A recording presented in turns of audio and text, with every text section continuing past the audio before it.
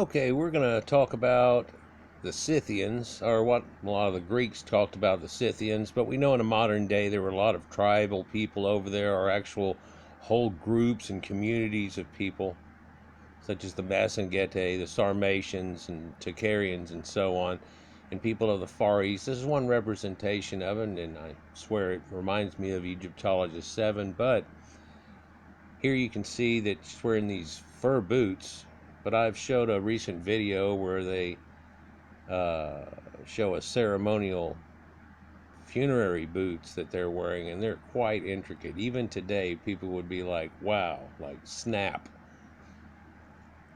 But those are a little more utilitarian, and of course, this time of year, it's starting to get cold, and those will work out just fine. It also has pants on, but then a shawl over it. And strangely, they're showing a shawl that's just one color, and most every time you see these people, they have an intricate woven fabric. In fact, a lot of the intricate weaves of fabric seem to come from them. This thing's a whole setup, like she's just sitting around, but then they have benches that are made out of natural wood and limbs and stuff and pieces of it, and kind of like in an elfish manner. They haven't disturbed anything. They're not doing things out of stone so much. And that's a reason that we don't find much remains of them, is that it all goes away. In fact, they're well known for burning their stuff and their crops when they go away. So when they come back the next year after all the rains and everything, boom, it's popping back up or so. But, and ready to go and energized and so on. But what it seems like they had been doing from here all the way back in Cro-Magnon times was building shelters that basically would utilize a few trees, and then by cutting down other ones, you could take that flattened off tree that you cut off, not at the ground but close to it, and bigger chunks and so on, make like tables and ideas like that out of it. And the perimeter you end up squaring off by post holing and putting a few trees in, so they didn't have to dig but a few post holes. There's been ones that have been found where it looks like they're just missing post holes. They got a string of them here and they're missing, and there's a few over here. Oh, that was just to fill in from the trees that used to be there 2,000 years ago. So we're going to look back in time here from about 2400 BC-ish at the latest, I think, all the way down to way after AD times in these people here and what they had looked at like, and their appearance and things. And so when we start to look at this, they're saying the posted homeland here would have been somewhere right there in what we call Asia Minor over here. And it's a Caucasus Mountain area, so it has to do with the Caucasians, of course, and this is where the Herald is out of this. I have to mention that this is not the first time that this had happened, and people had migrated around and back and forth. We can find that from Cro-Magnon remains running this way and so on. We've seen that even in cave art and so on. And in what brings agriculture down into the Nile and so on with the Natufians. But that posted homeland we're looking at right there too, interestingly, is extremely close to Göbekli Tepe and things like that, and we're looking at things that had happened after that point and a spreading of a people. But they always want to pinpoint it like this on one people, and again I tell you, it had already happened with a spread before this, and then these people who apparently got their stuff together, and it involves a few different cultures that we've talked about before, with the Volga culture, Vinca, with the Triptychilian, Cucuteni cultures, Bell Beaker running over, and so on. But of course, that's a little bit later, and it had already had a first wave, and then they meet with those people a second time. But due to that configuration that I just talked about with the Cucuteni and Triptychilian cultures and stuff, each one seemed to bring something new enough to the game that together they formed Voltron. And then they took off in this manner that we're seeing here. And they don't show it, but they did come down that Tigris and Euphrates, and also some went over to the Mediterranean and down and through. And there was a secondary wave. This is pre-cattle being with those people, or I'm sorry, pre-horses being with those people, and the wheel. That's why we don't have the wheel past this point right here, and the wheel really does wheel around like it looks here, and then back into this area, back into Hattusis and so on, and then running down. And with the Hyksos, ended up bringing the chariots and so on to the Nile, along with highly advanced bows, weaponry, all kinds of things. Usually they just give you a list of 2 whenever it's more like 14, but it's not really the subject of today. But when you see this division of these early Indo-European people, that we have to call them nowadays due to sensitive and feelings, this is running down through ancient Iran, through the people of Susa and so on, and it's reaching over into Mohenjo Daro area that you can see, and then up over the top of it and past, and we'll show that a little bit too. But they always want to make this idea that it comes here and whips around, and you'd have to have different timelines and what you're really talking about here, whether you're talking about the Proto-Europeans coming across later, if you're talking about the Anglo-Saxons. I mean, what are we referring to with that move right there? For I've already said, well, there is a whip like that that comes over, and you could take that along with the Doric culture that's right off the edge here and put them together, and they all go left with a bell beaker type form. But that's not what's over here, but it's the same people. So instead of those people having had gone all through here, they just went here and there and there, if you follow me. Same people though. Just like I've shown blue-eyed Egyptians and so on, and because they know that blue-eyed people come from some people right around in here, in that area, and all where we see all these dolmens at in the ancient times look like Fred Flintstone houses. Bam, down through there, they're all interconnected, and the rulers of these lands have that effect.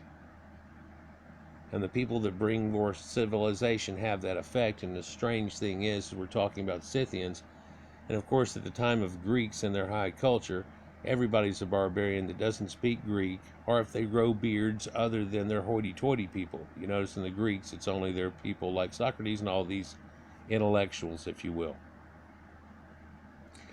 But others aren't supposed to grow beards and like pretend they're intellectuals or anything, and that's barbaric that you don't stay constantly shaven, whereas a lot of other people did. But they had conquered that whole idea of having to stay shaven like the Sarmatians and the Egyptians and wear wigs and so on with lice and the problems that went with that. And in fact, it's the same people that ended up heralding agriculture and stuff that whipped through here, that in the before time I'm talking about whipped over and went down into the Nile at least 7000 BC with Taurus and so on. And there were successive waves that came in with the grain and so on, but it seems to have come with a package with these people, not shown here though.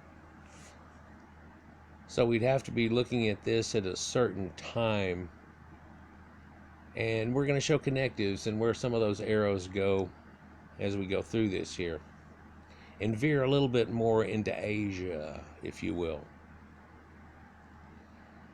So there's been a lot of recreations, and they show one of this lady, a man that's there with her, another one that shows a kiss mark on her forehead that's in a third eye situation, which they call a kiss mark, but it really could just be a tattooed eye on there, for after all, it's been mummified.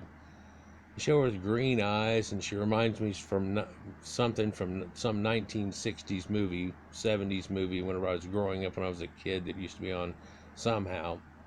She reminds me of that. But there have been a lot of depictions of this, and Church in Man and so on, if you've seen all of those, so I don't have to go through all of those. But some of those mummies of these Tocharian type people are pretty important, and that would have been the more top right point that's going over there into the area we now refer to as China. You can see this one's darker red hair. I wouldn't call it auburn, it's red hair. And she's wearing something that looks very familiar to a Phrygian cap. Now, they did tests on certain ones of these, and they showed up that, yeah, ancient Anatolians, and they always say that because those people that were there are now in other places, which we showed by the eventual arrows there and where things went. And those caps are just one way of showing it, but they also have this incredible fabrics here that they're working on. These people have hemp. Yeah, they're getting off on that. They have these soma drinks and situations like that. But beer also, and cattle. Boots and pants, as I said before, and even wagons. In fact, they have houses that are pretty much like trailer houses you'd think today, that they put them up on blocks and it's a trailer house, but if they need to, they can put on the wheels on that thing and hook it up and drive it west, drive it east. In fact, I made a video about who are the first cowboys. Well, who were the first people that had boots, that had durable pants on and stuff, that had domesticated cattle and horses, and got in covered wagons and went west? Might surprise you of the answer.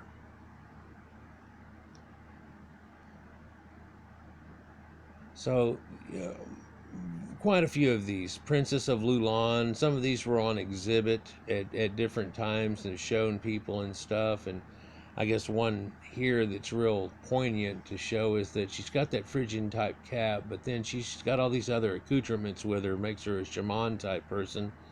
And she's got a pointy cap. It's got some feathers in it too, but she's got a pointy cap. And there are versions of this too that show, rather than even just that it's made of straw. It's like wicker.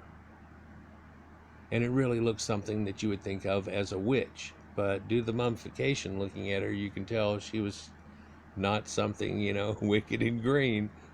Quite a beautiful lady, apparently.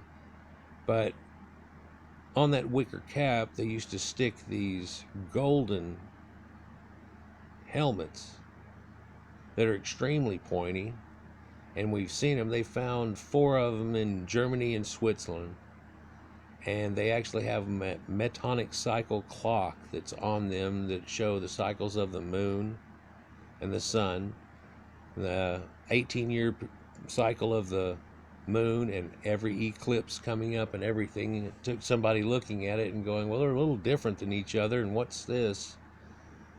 And that's the special wizard's cap.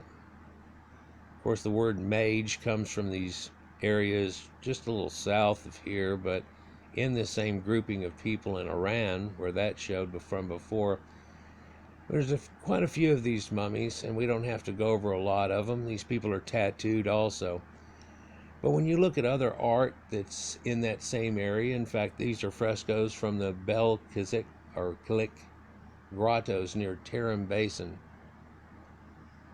You can see the phenotype of the people here, and they kind of look Oriental, but they kind of don't. And some of them they even make on purpose, like the bottom left guy, that they make him a big round-eyed person. And this guy on the right here, the big lobe ears, is definitely not in that same culture. You see how they make the top eyelid on them bent down?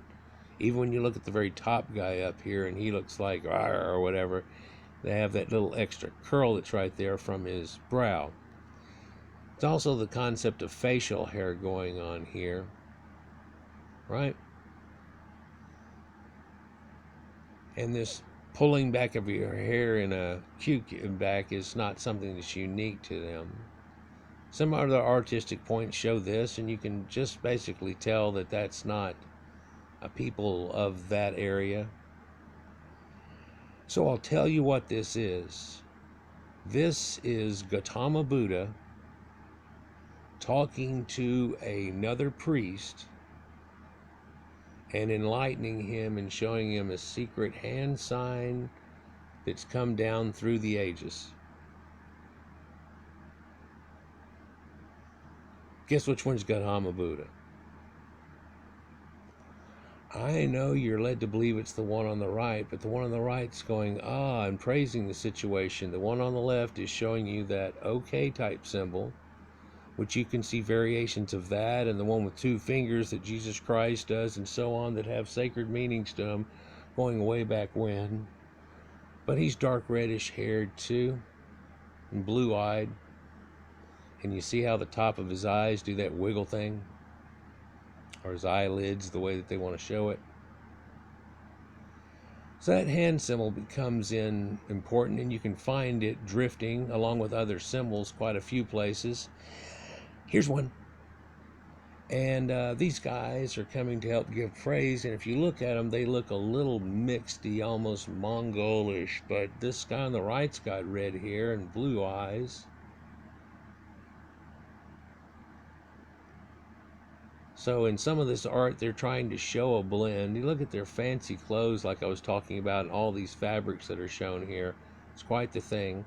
Right above the guy on the right's head, you can't quite see it there. It goes out the screen, but that's a Buddha type representation. You can see their little gold pouches that they're bringing, and it looks like little eggs that they have with them. There's that symbol again, right? But as I said, that symbol and a lot of other symbols can be shown carried through a whole lot of this.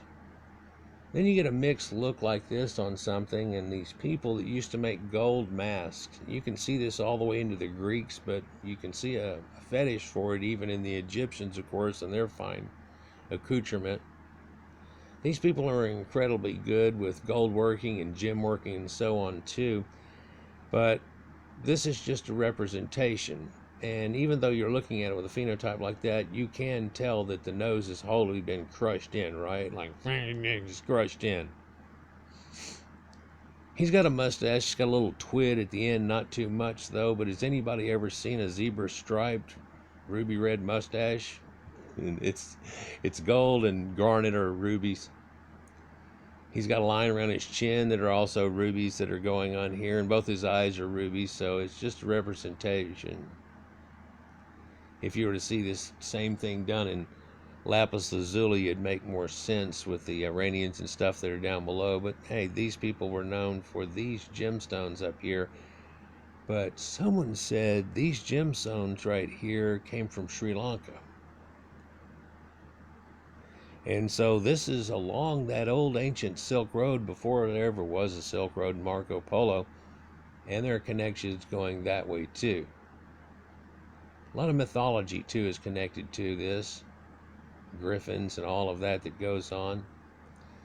Another strange thing here is if you were to think about what we're talking about, and especially some of my videos I did the last year, if you've been with me, and I showed two snakes coming together and Arnold Schwarzenegger and the ideas of Conan the Barbarian, what that kind of relates to, and that Oliver Stone kind of knew some things. He was the one that wrote that, by the way, but it got twisted a little bit, but they kept a lot of it.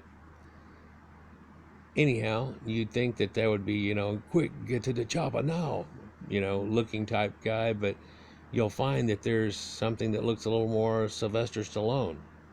And yo, Adrian, I did it kind of thing here. Blue eyes definitely, though, on him. His look and the spearmen.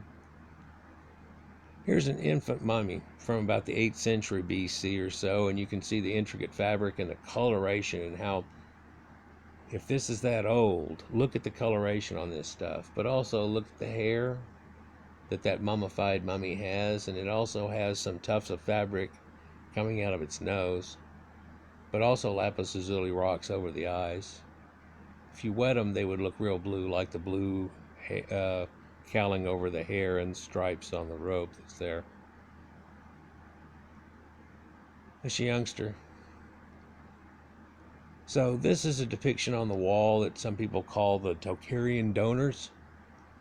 And you can see the intricate dress again here running across, and there's 4 of them, and from the left to the right, which left is really not showing in here, he's red-headed, and the second one here is blonde, and then this one is more of a blondish red or brown. Man, this is the one you can't really make out too much, But his hair's parted in the middle, hair's parted in the middle, hair's parted in the middle, but he has a braid.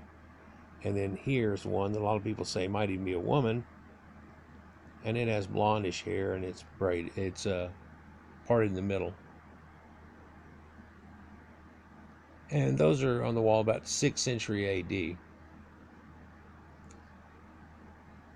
So here's something that kind of can reveal some of the truths of this area in ancient times. It's from the Chinese poet Li He, circa about 790 AD. In his tales, Romance of the Three Kingdoms, not just two, and the thing that made up China and so on. If you know, China really shows up a little bit late in the situation, the Qin Dynasty and so on. Kind of mentions it here.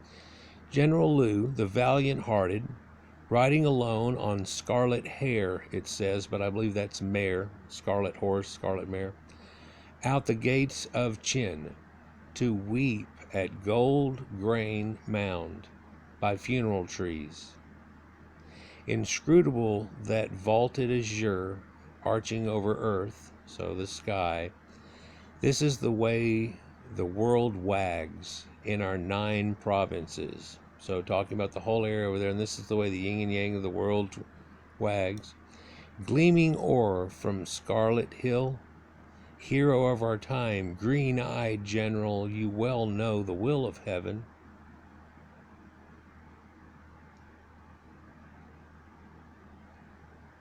Chinese general.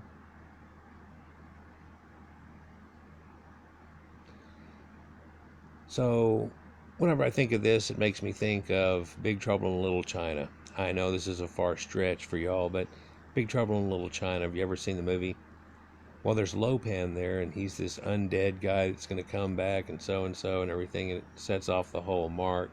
Take his truck away, and he just wants it back. But Lopan, to stop the curse, needs to wed a girl with jade green eyes.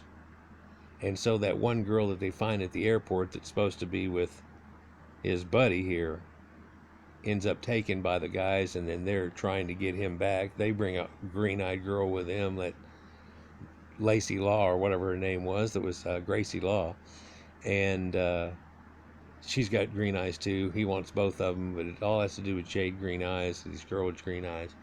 These aren't people known with green eyes, but then again, their poetry and a lot of their depictions kind of show you that. And it's not just local people, it's really all over what you would consider to be the East.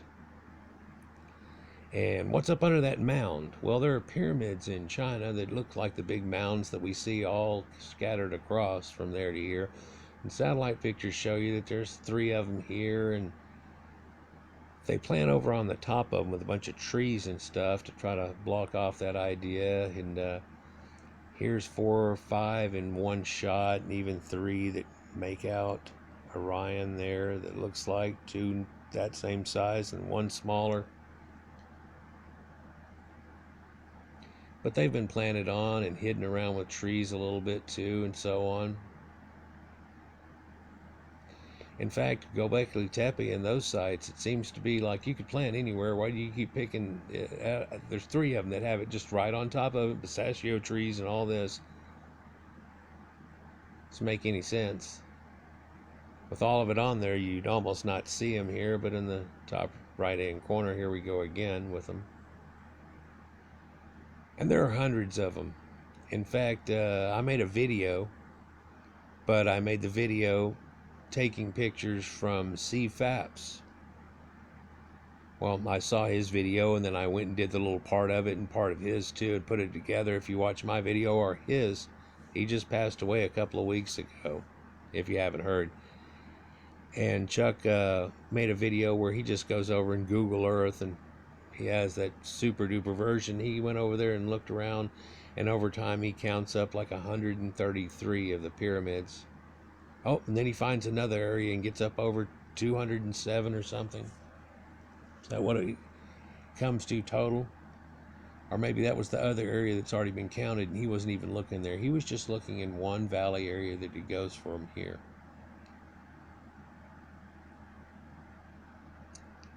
And pyramids aren't just from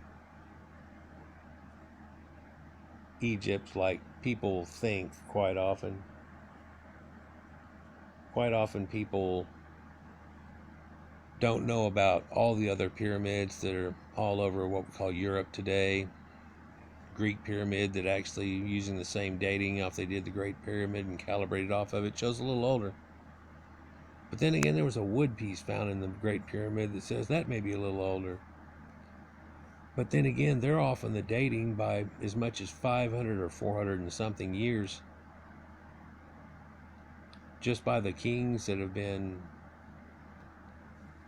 omitted, really, through damnatio omniscient, just knocked out of the situation, not talked about anymore, and floating periods of time and not sure, wishy-washy. Somebody's calculated up into there, so that gets closer to that date of that wood again. But then that restructures everything. They don't like that. There's also ones, pyramids though, all across the Mediterranean I've shown, even out the Pillar of Hercules and take a left there, and on those islands that the Guanches used to live on right there, there are pyramids that are there too. Of course, there are pyramids in the Americas. They're all over the place. This is Siddhartha Gautama Buddha. I've heard a lot about this. They say, well, you know, the Greeks were the ones that made these statues for these people because you can tell. You can tell what? Because they look Caucasians and they just said, can you make it a little more Oriental? So they tried to flatten and then almond the eyes a little bit, make him look stoned as hell or something. Put a dot on his forehead. See, you don't know.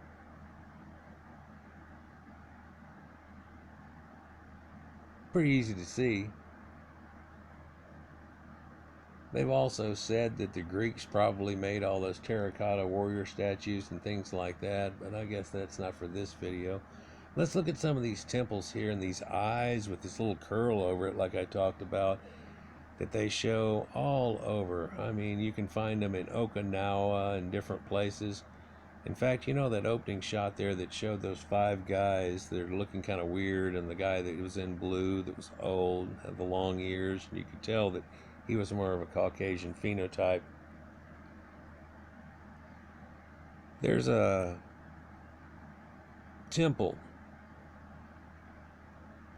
over in this Asian area, and it's not just one of them, but that one that I show in one of my old videos, and I find Robert Seffer's got the same footage off in one of his videos that shows that whenever you look around there, you can see all of the gods of them and tigers and stuff. But what's weird is whenever you zoom in on them, they all have blue eyes. Looks like this. There's a reason for that. And they had already run into blue-eyed people. It's not just like, oh, the sky or something. Yeah, it has to do with the sky and these people that had a sky god and everything, but it carries through a lot of places. So here we can see active Buddhas still to this day. They're there, and lo and behold, he didn't lose a finger. He's doing that symbol again. That symbol's bad. So are some of the other symbols. Now, one of those other arrows that we were looking at over there cuts down to this Vedic civilization. Wow, it looks like it all washed out there for a minute. Hopefully this is picking up good through here. So you can see this Vedic civilization and people in Mohenjo Daro and so on, and it really seems to connect to the Susa people, and there's a lot of Sumerian connections in this too. But you can see this early writing that's on a couple of these tablets here. And in the process, you can see something that's like Proto-Sumerian type writing too. But instead of taking it total pictogram, they're starting to take shapes of letters. Now this is how they're able to carve onto a rolling cylinder disc. So again, this technology is being used for them before it makes its own bas relief, right, with this chip that's on there. And when you press it into clay, it presses out with an embossed depiction. But our current writing comes from a different method of the Phoenicians. And it's real hard to see how cuneiform went into that or anything else. No, it was something that was a whole lot easier to think of than that. All of our letters, with the way that they're written, is something that's all made of angles, and it's easy to scratch into a rock. If you look at the ancient Phoenician alphabet, S was left out the way we do it nowadays. You used to have a line with lines across it and so on. Yeah, because that little half hoop isn't quite as easy to make.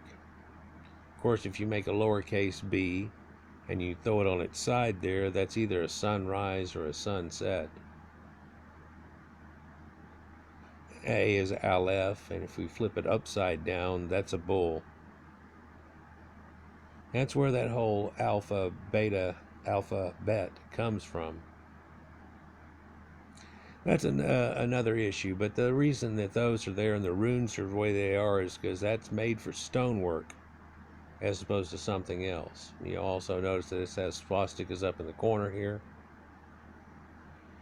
But these same people brought this type of pottery, and we can easily connect that to the culture that's right over here more east of the people coming into India, and where they got domesticated cows from. And because they lost them the first times and things all fell apart, when they're given to them the second time, even written in their Vedas and so on like that, it tells you things that made them get very cow worshipy.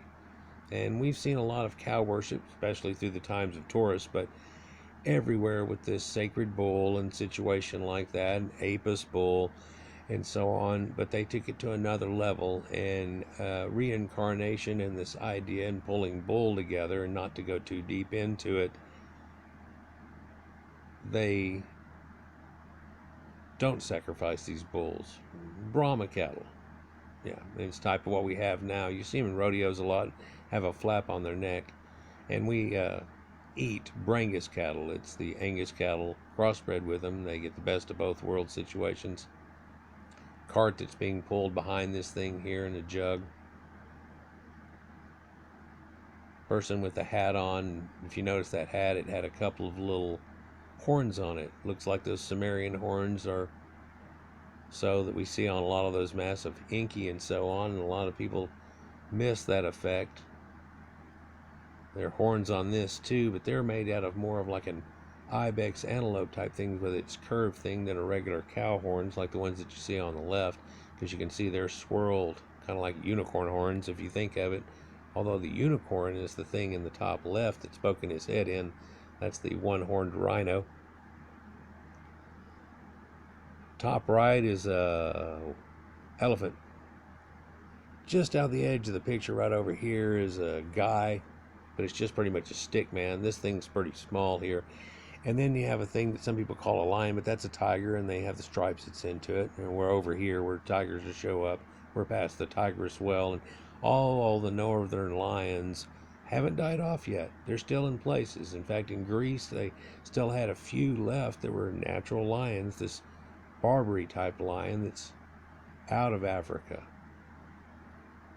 Had them all the way up to 400 AD or so. But seeing this helmet here that's with this reminds me that I saw a video not too long ago that a guy was doing where he was verifying that the Vikings actually did have horned helmets. In fact, here's a couple they dug up, and here's another one, and here's another one, and here's a depiction, and here's another one, and here's another depiction, and here's another one, and here's another one. But they're not alone, because the Macedonians used to have it, and here's a face that's got them on, and here's another one, and here's another one. And then those sea people that are in Egypt, and they show them, and they've got those Viking-looking helmets on, and they're supposed to be the Chardanish. They're from Sardinia, so those people had them, right? Yeah, but then you look around, and they don't mention the Sumerians or even the people over in here that did that during this same time. He went way deep into it, all that he did, but it was really much connecting west to Middle East and not going any farther. A lot of people mentally don't go past Sumer, it seems like, and make a connection. They just go, it fades off over there, and then eventually it's China, right? Doesn't work that way.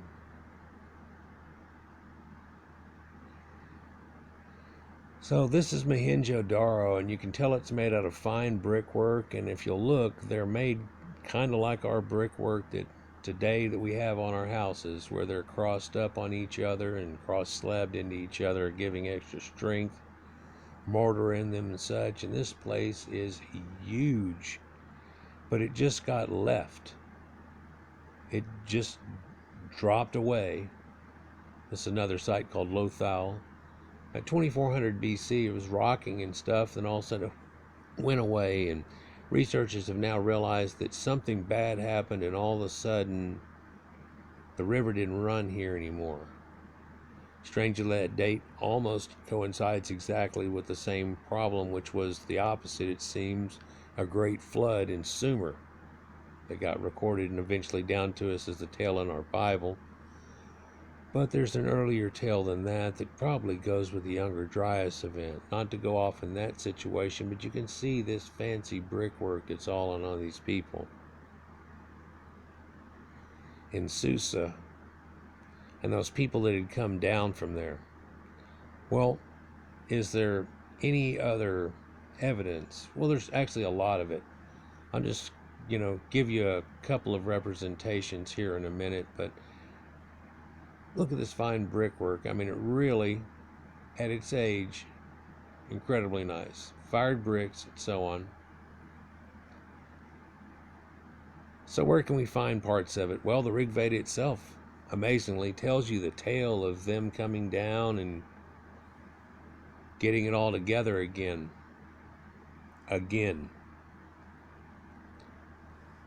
says here, Rig Veda describes Aryan gods as blondes. Indra, which India is named after, and so on. 10:23:4. With him too is the rain of his that comes like herds. Indra throws drops of moisture on his yellow beard. When the sweet juice is shed, he seeks the pleasant place and stirs the worshipper as wind disturbs the wood. It's starting to sound like Confucius and Buddha and stuff and everything, doesn't it? But people that wrote this down are writing the correct words. They've still got it from way back when. Nobody needs to freak out.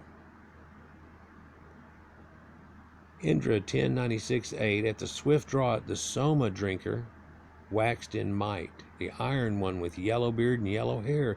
He, lord of tawny coursers, lord of the fleet-foot mares, will bear his bay steed safely over all distress.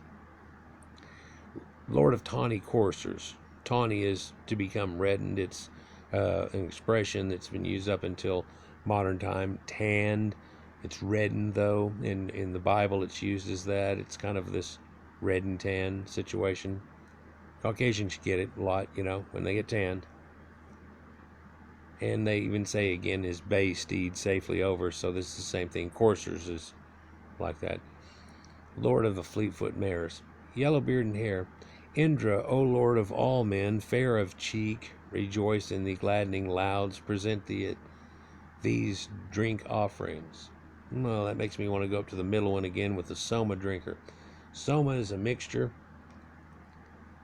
of cannabis, ephedra, and opium. In fact, I did a video here about, 3 years ago now or more, 3.5. Well, it's coming up on 4 surely. And I showed where they had done some excavations on some other sites that are near there. And in doing so, they had this Victor, I can't remember his last name, Chimbarini or whatever it is. What is it? It's got a Z in it too. So it's of course, no. Anyhow, Victor was explaining it on TV to a BBC type guy that did a whole bunch of other videos, and this was him visiting there, talking about it, and he said they found the soma, and he's like, "You found it after all this time?" And he goes, "No, it was like in a barrel, and they found a bunch of these pots, these barrels, but they had a bunch of stuff on them that was leftover detritus and so on, and they had it tested." And grass chromatograph or whatever, and it effectively was opium, ephedra, and cannabis. And he shows them that, and he shows them horse burials and all the things that goes along with it. And yeah, that got banned, so I guess I don't even want to talk about it anymore. Hey, this staircase right here is pretty ultimate. Almost makes you think of an Escher drawing or something. Believe it or not, this is just a pond or a well. Extremely deep. This pattern that was made here in it, still used today somewhat.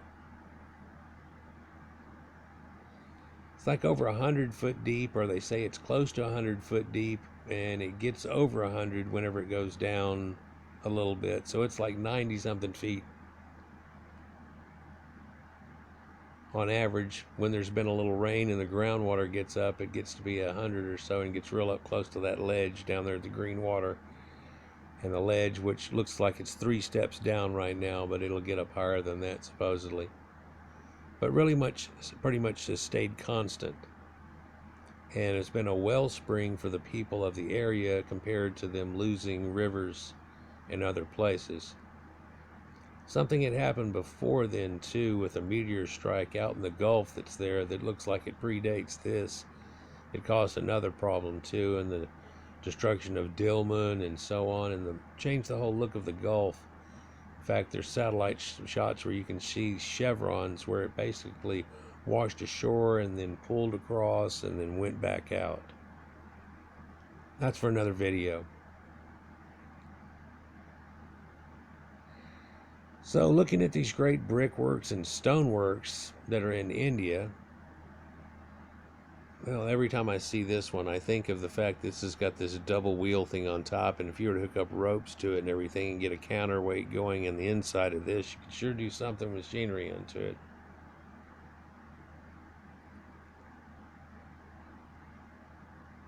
That's about 700 AD here. It's about 1000 AD, and you know, this thing on the left, and well, there's one on the right too, especially the angle we're at and the thing on the left, it just reminds me of that giant ship-looking hotel that they made on the Arabian Gulf, you know, where they made the palm tree and all that. It's got that same arc. Huh. It says something. So let's go on past there, because you know, when we were originally looking at this, oh wow, that's glaring out real bad. Sorry guys. Hopefully that looks better right there. Pointy-headed guys showed up in Japan. The Ainu are known as the Indigenous people of Japan.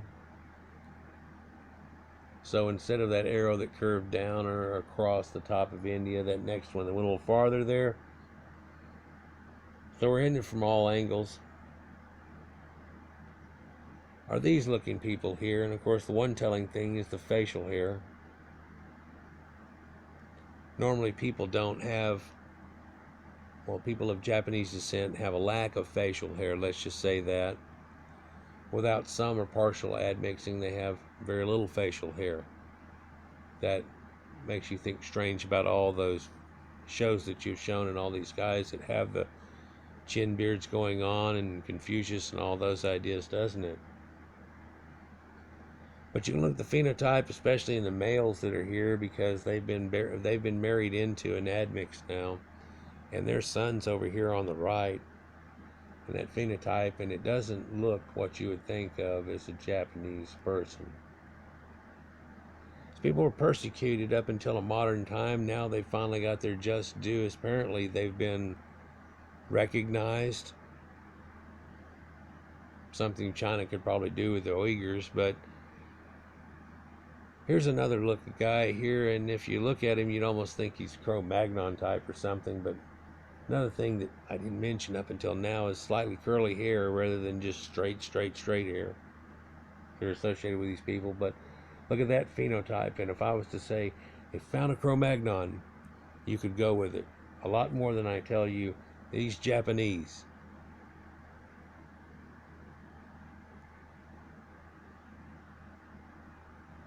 Oh, you can look at this shot and the one on the left and the one on the right. Sure, they're women. Again, have a mixed phenotype look, but the males, well, still are mixed, and you can see it a little bit. But guy on the left looks like outlaw Josie Wales or something. Guy on the right reminds me of some gym teacher I had, junior high school. Grandpa in the middle. Curlyish hair, you kind of saw it there, and that makes one think, of course, where's all their stuff at? Well, here's the Yanaguni Monument. And a lot of this been said about this and been dismissed like 3 or 4 times now, but it still somewhat looks like a quarry. And you know what's funny is you go all over this, and it does show some incredible things. But when they tell you, well, the waves way back when, just that were lower at this level here, were beating it to death, and they broke it off just like that. And then when they rose up, they broke it off up there too, and all that. And say, great, well, Graham Hancock and others just went off the cliff over here to the right, down to the bottom, and go, let me see all that rock that fell off. Did it go in big chunks? What's going on? They went down another 100 foot or so and found the bottom there, and there's a distinct lack of rocks. Whereas you think if the amount of rocks that come off of this. So I always originally had the idea that this was a quarry. Even though they had a couple of places where it looks like you can walk up and do things, the rest of it's all like a quarry. Well, how could they take the rocks that way? I don't think they took the rocks that way. I think they took them on ships this way, and then they used those to build other sites that are right around there and so on. Some of the other sites that are in the ancient Isle of Mu, because it would be over 9,600 years that this would have been able to be pulled up with a ship, and the water level be right here at us, like chow, right here to where you would be walking on this. And then apparently it jumped up, and then it jumped up higher. And that's what we thought too with that giant flood that happened, that it did a large jump at one time. But there's also a staircase step that leads down here. So it's showing you, well, there was a time it was down here, and this was the top place where they were cutting off rocks and taking them down there and putting them on ships. Eventually this came the flat place. Eventually the top went more. Of course, rocks are more buoyant too in water. So you could utilize something like that in ropes and get a good effect out of it.